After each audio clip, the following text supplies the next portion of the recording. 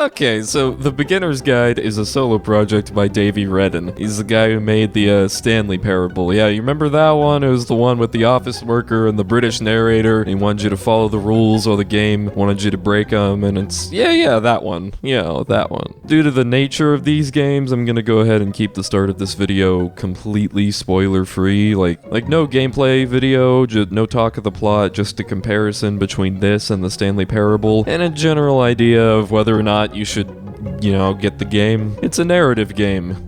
Like, more so than the Stanley Parable was, in fact. There aren't really any choices in this, like in the Stanley Parable, so this really is one of those walking simulators that everyone hates. So, if you're one of those people that hate those, like, unconditionally, then, yeah, this isn't the game for you. But then again, if that describes you, then you probably didn't like the Stanley Parable either, so, fucking wanna. While the comparisons between this and the Stanley Parable are pretty apt, there are some key differences.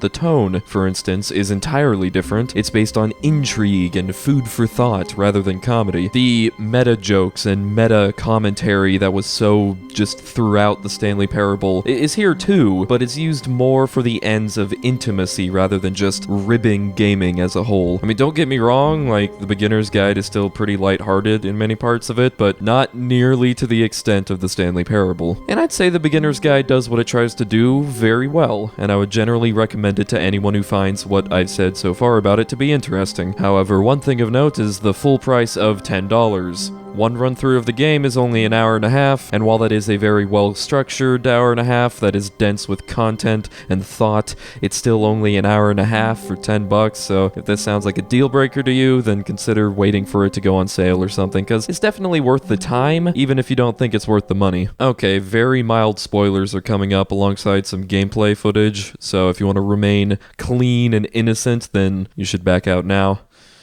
Alright, still here? Good. Alright, so here's some further review. While this game's price to game time ratio might seem a little silly, it's definitely not the fault of the game time, because the hour and a half length is perfect for what is being shown. So it's not long enough to get tedious, not long enough to make you go, why is this still happening? But it's not short enough to lack, proper build-up for a proper story either. It's just right. Like, get fucking Goldilocks in here, because we're ready to party. The game is introduced as a bunch of levels that Davey